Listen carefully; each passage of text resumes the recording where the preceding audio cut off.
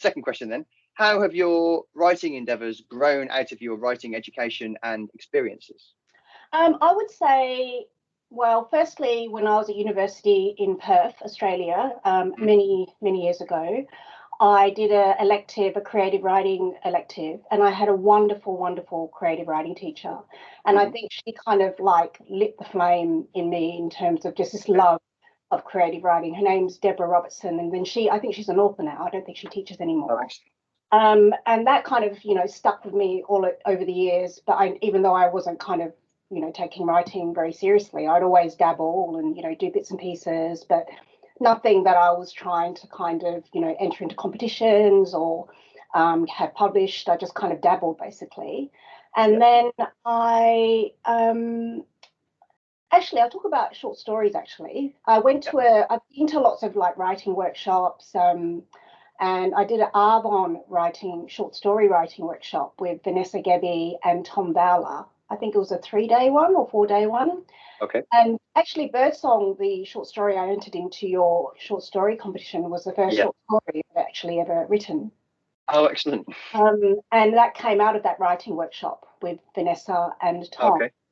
And I learned so much at that course, even though it was so short, that I found that it kind of, all the short stories I've written since then kind of stem from what I learned during that experience. It was so concise. They gave us so much information. And I think that's why partly I'm still writing short stories now. Firstly, because I fell in love with the form. And secondly, because I got so much out of that one workshop. And right now, actually, with short stories, I'm on a development scheme called A Brief Pause, run by Dahlia Publishing. And that's a 6-month professional development scheme for kind of, I think, emerging short story writers who want to kind of take their work to the next level. That's fantastic as well. That's, already it's helping me loads in terms of exploring new techniques, meeting other writers, being aware of new opportunities. So yeah, that's all been very helpful with short stories. I am now in love actually with the short story form. Oh, excellent. That sounds incredible. So I'm really pleased that you've managed to get onto a development scheme, and obviously they can be very, very helpful.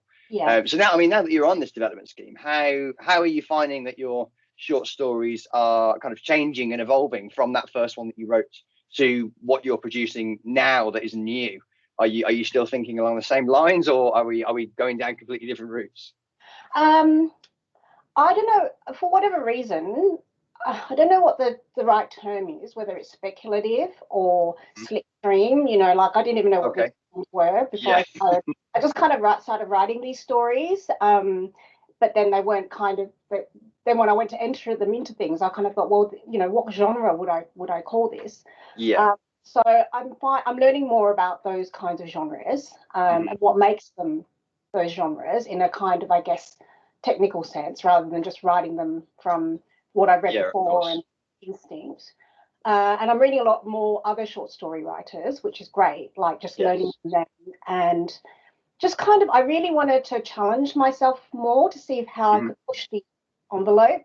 And I'm not saying, I don't think anything I've produced since then is quite there yet, but I'm enjoying the challenge, because I felt like up to that point of joining the scheme, I'd done as much as I could in terms of what I could do myself.